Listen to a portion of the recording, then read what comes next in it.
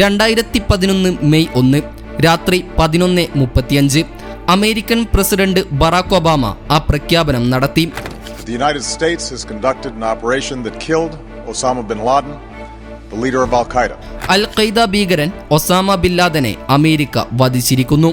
Operation Neptune spear എന്ന് പേരിട്ട ഓപ്പറേഷനിലാണ് ബിൻ ലാദൻ കൊല്ലപ്പെട്ടതെന്ന് അമേരിക്ക ലോകത്തോട് വിളിച്ചു പറഞ്ഞു. 10 വർഷങ്ങളോളം നീണ്ട ഇൻവെസ്റ്റിഗേഷനുകൾക്കൊടുവിലാണ് അമേരിക്ക ബിൻ ലാദനെ കണ്ടെത്തി വധിക്കുന്നത്. പക്ഷേ അതിന് പിന്നിൽ സിനിമയെ വെല്ലുന്ന ഒരു കഥയുണ്ട്. അമേരിക്ക എങ്ങനെയാണ് ബിൻ ലാദനെ കണ്ടെത്തിയതെന്നും എങ്ങനെയാണ് അമേരിക്ക വെറും മിനിറ്റുകൾ കൊണ്ട് മിലിറ്ററി ഓപ്പറേഷൻ നടത്തിയതെന്നുമാണ് ഈ വീഡിയോയിൽ നമ്മൾ കാണാൻ പോകുന്നത്. ഒസാമ ബിൻ ലാദന്റെ ഒളിത്താവളത്തിലേക്കാണ് ഇന്നത്തെ നമ്മുടെ യാത്ര. അമേരിക്കയിലെ 9/11 എന്നറിയപ്പെടുന്ന 3000-ഓളം പേരുടെ ജീവനെടുത്ത 2001 സെപ്റ്റംബർ 11 ആ ഭീകരാക്രമണം നടന്ന് ഒരു മാസത്തിന് ശേഷം തന്നെ അമേരിക്ക അഫ്ഗാനിസ്ഥാന്റെ കൺട്രോൾ പിടിച്ചെടുത്തിരുന്നു. ആ സമയം അഫ്ഗാനിലുണ്ടായിരുന്ന അൽ-ഖൈദ തീവ്രവാദികൾ അഫ്ഗാനിസ്ഥാന്റെ ഈസ്റ്റേൺ പാർട്ടിലേക്ക് പോയി രക്ഷപ്പെടുകയായിരുന്നു. അവിടെയുണ്ടായിരുന്ന ടോറബോറ എന്ന പ്രദേശത്തെ ഗുഹകളിലായിരുന്നു അൽ-ഖൈദ ഭീകരർ അമേരിക്കൻ മിലിറ്ററിയുടെ കണ്ണുവെട്ടിച്ച് ഒളിച്ചിരുന്നത്. ആ സമയത്ത് അമേരിക്കയുടെ CIA-യും വിശ്വസിച്ചിരുന്നത് ഒസാമ ബിൻ ലാദനും ഈ ഗുഹയ്ക്കുള്ളിൽ ഹൈഡ് ചെയ്തിരിക്കുകയാണ് എന്നാണ്. അങ്ങനെ അവിടെയുണ്ടായിരുന്ന ലോക്കൽസിന്റെ സഹായത്തോടെ ടോറബോറയിലെ അൽ-ഖൈദ ഭീകരർക്ക് നേരെ അമേരിക്ക ആക്രമണം നടത്തി. പക്ഷേ ആദ്യ ആക്രമണം വിജയം കണ്ടിരുന്നില്ല. ശേഷം വീണ്ടും അമേരിക്ക അവിടെ എയർ സ്ട്രൈക്ക് നടത്താൻ തീരുമാനിക്കുകയായിരുന്നു. അങ്ങനെ രണ്ടാമത്തെ ആക്രമണത്തിൽ അമേരിക്ക വിജയം കാണാൻ ആയപ്പോഴേക്കും ഒസാമ ബിൻ ലാദൻ അവിടെ നിന്നും രക്ഷപ്പെട്ടിരുന്നു. ആക്രമണത്തിന് ശേഷം 20 ഭീകരരെയാണ് CIA പിടികൂടിയത്. പക്ഷേ ആ സമയത്ത് CIA-ക്ക് 20 പേരിൽ ഒരാൾ ഒസാമയിലേക്കുള്ള വഴിയാണെന്ന് അറിഞ്ഞിരുന്നില്ല. ആ വ്യക്തിയുടെ പേരായിരുന്നു മുഹമ്മദ് അൽ കഹ്താനി. പക്ഷേ ആ പേര് CIA ആദ്യമായി കേൾക്കുന്നതായിരുന്നു. എങ്കിലും ആദ്യം താൻ അൽ-ഖൈദയുമായി ബന്ധപ്പെട്ടയാൾ അല്ലെന്നാണ് അയാൾ പറഞ്ഞിരുന്നത്. കൂടാതെ അഫ്ഗാനിസ്ഥാനിലേക്ക് പരുന്തുകളെ വേട്ടയാടാൻ വേണ്ടിയാണ് വന്നതെന്നും അയാൾ പറഞ്ഞിരുന്നു. പക്ഷേ CIA അയാളുടെ ഫിംഗർ പ്രിൻ്റ് ചെക്ക് ചെയ്തപ്പോൾ ഓൾറെഡി അവരുടെ സിസ്റ്റത്തിൽ ആ ഫിംഗർ പ്രിൻ്റ് റെക്കോർഡഡ് ആയിരുന്നു. അതായത് 9/11 അറ്റാക്ക് നടക്കുന്നതിന് കുറച്ചാഴ്ചകൾക്ക് മുൻപ് അമേരിക്കയിലെ ഒർലാൻഡോ ഇൻ്റർനാഷണൽ എയർപോർട്ട് വഴി ഒരാൾ അമേരിക്കയിലേക്ക് പ്രവേശിക്കാൻ ശ്രമിച്ചിരുന്നു. ആ വ്യക്തിയുടെ കയ്യിൽ $800 ക്യാഷായിട്ടും കൂടാതെ വൺ വേ ടിക്കറ്റ് മാത്രമായിരുന്നു ഉണ്ടായിരുന്നത്. എന്നാൽ എയർപോർട്ടിലെ കസ്റ്റംസ് ഏജന്റിന് സംശയം തോന്നുകയും ആ വ്യക്തിയെ അമേരിക്കയിലോട്ട് പ്രവേശിക്കാൻ സമ്മതിക്കാതെ തിരികെ അയക്കുകയുമായിരുന്നു. ഈ വ്യക്തിയായിരുന്നു ടോറബോറയിൽ നിന്നും CIA പിടികൂടിയ അൽ കഹ്താനി എന്ന ഭീകരവാദി. ഇത് കാരണമായിരുന്നു CIA-യുടെ സിസ്റ്റത്തിൽ ആദ്യമേ ഇയാളുടെ ഫിംഗർ പ്രിൻ്റ് റെക്കോർഡഡ് ആയിരുന്നത്. ഇതിനു പുറമെ അൽ കഹ്താനി അൽ-ഖൈദയുമായി ബന്ധമുണ്ടെന്ന് മനസ്സിലാക്കാൻ മറ്റൊരു കാരണം കൂടെ CIA-ക്കുണ്ടായിരുന്നു. അതായത് അൽ കഹ്താനി അമേരിക്കയിലേക്ക് പ്രവേശിക്കാൻ ശ്രമിച്ച അന്ന് എയർപോർട്ടിലെ ഫോൺ ബൂത്തിൽ നിന്നും അൽ-ഖൈദയുടെ UAE നമ്പറിലേക്ക് ഒരു കോൾ പോയിരുന്നു അത്രേ. ആ സമയത്ത് അൽ കഹ്താനി എയർപോർട്ടിലും ഉണ്ടായിരുന്നു. CIA-യുടെ സംശയപ്രകാരം UAE-യിൽ നിന്നും കോൾ അറ്റൻഡ് ചെയ്തത് ഇയാളുടെ സഹായി ആയിരുന്നിരിക്കണം. ഇതിനു പുറമെ അന്നേ ദിവസം ഒർലാൻഡോ എയർപോർട്ടിലെ പാർക്കിംഗ് ലോട്ടിൽ ഒരു കാർ അനാഥമായി കിടക്കുന്നതും FBI കണ്ടെത്തിയിരുന്നു. അത് അന്വേഷിച്ചപ്പോൾ ആ കാർ മുഹമ്മദ് അട്ട എന്നയാളുടെ പേരിൽ റെന്റിനെടുത്തതാണെന്ന് കണ്ടെത്തിയിരുന്നു. ഈ മുഹമ്മദ് അട്ടയാണ് 9/11 അറ്റാക്കിൽ അമേരിക്കൻ ഫ്ലൈറ്റ് 11 വേൾഡ് ട്രേഡ് സെന്ററിന്റെ നോർത്ത് ടവറിൽ ക്രാഷ് ചെയ്യിപ്പിച്ചത്. ഇതെല്ലാം മുഹമ്മദ് അൽ കഹ്താനിയിലേക്കുള്ള ലിങ്കായിരുന്നു. അങ്ങനെ 9/11 ടെററിസ്റ്റ് അറ്റാക്കിന്റെ ഒരു പാർട്ടാണ് കഹ്താനി എന്ന് CIA മനസ്സിലാക്കി.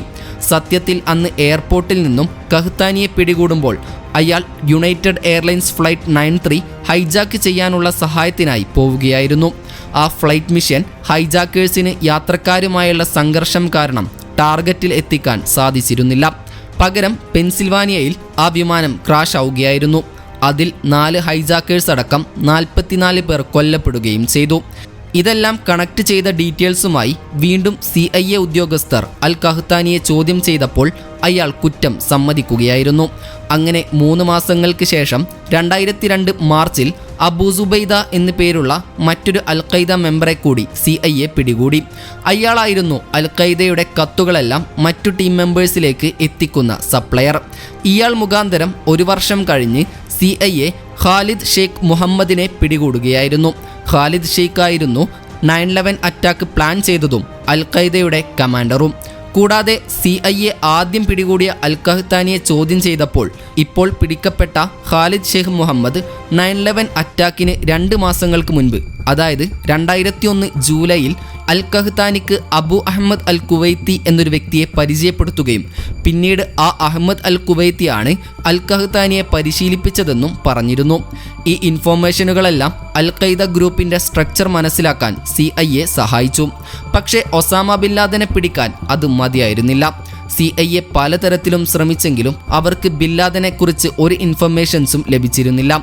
എന്തിനേറെ പറയണം, അവർ ബിൻ ലാദൻ്റെ ഫാമിലി മെമ്പേഴ്സിനെ പോലും സദാസമയം നിരീക്ഷിച്ചിട്ടും അവരാരും ഒസാമ ബിൻ ലാദനെ കോണ്ടാക്ട് ചെയ്യുന്നുണ്ടായിരുന്നില്ല. പക്ഷേ CIAക്ക് ഒരു കാര്യം അറിയാമായിരുന്നു, അതായത് ബിൻ ലാദൻ എവിടെയാണെങ്കിലും അയാൾ ടീമിന് മെസ്സേജുകൾ കൈമാറുന്നുണ്ട്. അങ്ങനെ അത് കഴിഞ്ഞ് വരും വർഷങ്ങളിൽ ബിൻ ലാദൻ്റെ ചില ഓഡിയോ ടേപ്പുകൾ പ്രചരിച്ചിരുന്നു. അതിലൂടെ ബിൻ ലാദൻ അൽ-ഖൈദയിലെ ലീഡേഴ്സിനോട് മാത്രമായിരുന്നു കണക്ട് ചെയ്തിരുന്നതെന്ന് അവർ മനസ്സിലാക്കി. അങ്ങനെ CIA പുതിയൊരു പ്ലാൻ നിർമ്മിച്ചു. അതായത് അൽ-ഖൈദയുടെ കൊറിയർ നെറ്റ്വർക്ക് കണ്ടെത്തലായിരുന്നു ആ പ്ലാൻ. അതായത് ബിൻ ലാദൻ്റെ മെസ്സേജുകൾ അൽ-ഖൈദ ലീഡേഴ്സിന് എത്തിക്കുന്ന ആളുകളെ കണ്ടെത്തുക എന്നതായിരുന്നു അത്. അങ്ങനെ 2004 ജനുവരിയിൽ Kurdish security force Hasan Gul എന്നു പേരുള്ള ഒരാളെ പിടികൂടിയിരുന്നു. അയാളുടെ കൈവശം ഒസാമ ബിൻ ലാദൻ്റെ കത്തുകളുണ്ടായിരുന്നു. അങ്ങനെ ഹസൻ ഗുലിനെ CIAക്ക് കൈമാറി. അയാളെ ചോദ്യം ചെയ്തപ്പോൾ അയാൾ ചില ഞെട്ടിക്കുന്ന സത്യങ്ങൾ പറഞ്ഞു. അതായത് അൽ-ഖഹ്താനിയെ ട്രെയിൻ ചെയ്യിപ്പിച്ചു എന്ന് പറഞ്ഞ അബു അഹമ്മദ് അൽ കുവൈത്തിയാണ് ഒസാമ ബിൻ ലാദൻ്റെ പേഴ്സണൽ കൊറിയർ എന്ന് ഹസൻ ഗുൽ ഇൻവെസ്റ്റിഗേഷൻ ടീമിനോട് പറഞ്ഞു.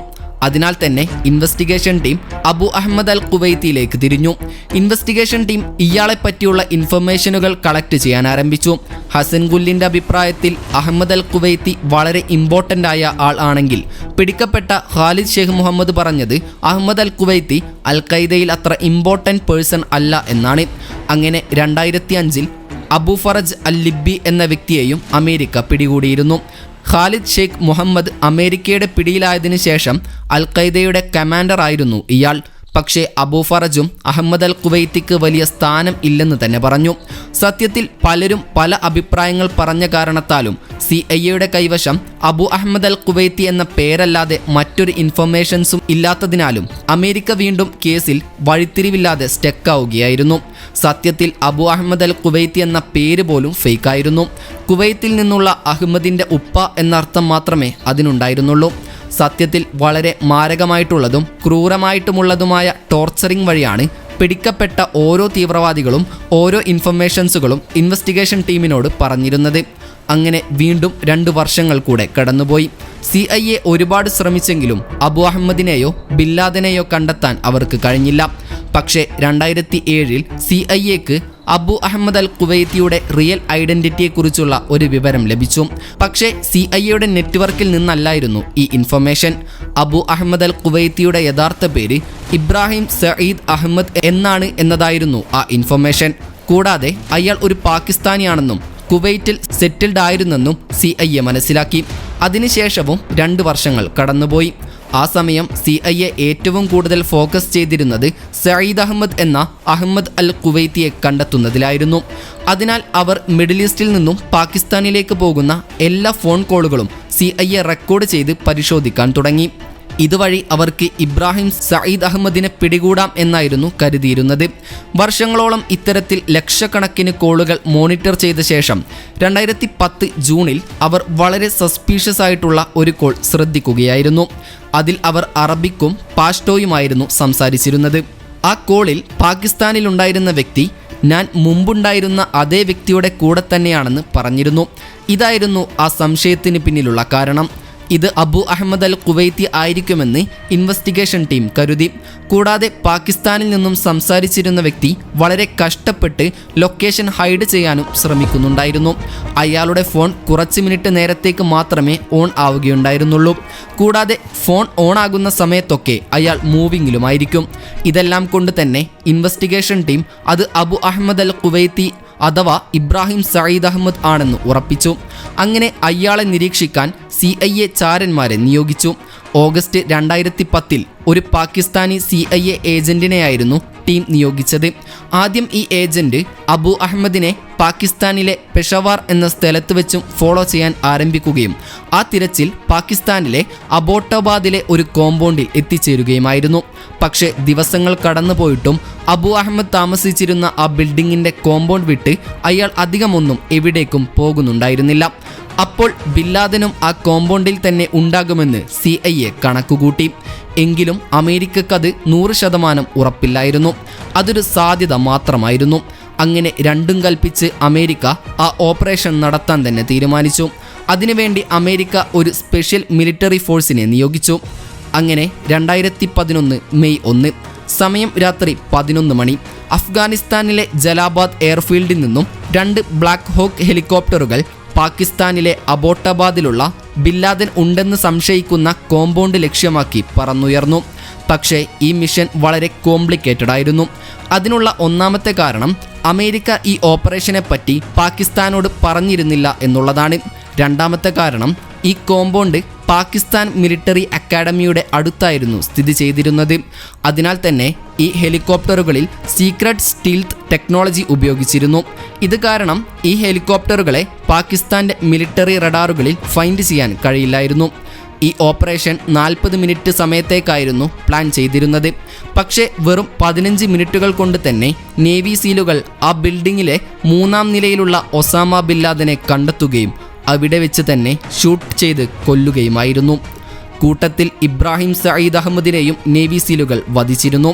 പക്ഷേ ഓപ്പറേഷൻ കഴിഞ്ഞ് തിരിച്ചു വരാൻ നേരം 2 ഹെലികോപ്റ്ററുകളിൽ ഒന്നിന് എമർജൻസി റിപ്പയറിംഗ് ആവശ്യമായ കാരണത്താൽ ആ ഹെലികോപ്റ്റർ അവിടെ വെച്ച് തന്നെ നശിപ്പിച്ച ശേഷം അവരെല്ലാവരും ഒരു ഹെലികോപ്റ്ററിൽ തന്നെ ഒസാമ ബില്ലാദൻ്റെ ബോഡിയുമായി അഫ്ഗാനിസ്ഥാനിലെ ബാഗ്രം എയർബേസിലേക്ക് പോവുകയായിരുന്നു.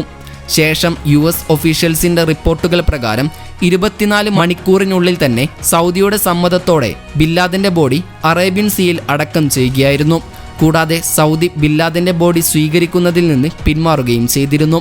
ഈ ദൗത്യം ഓപ്പറേഷൻ നെപ്റ്റ്യൂൺ സ്പെയർ എന്നറിയപ്പെടുന്നു.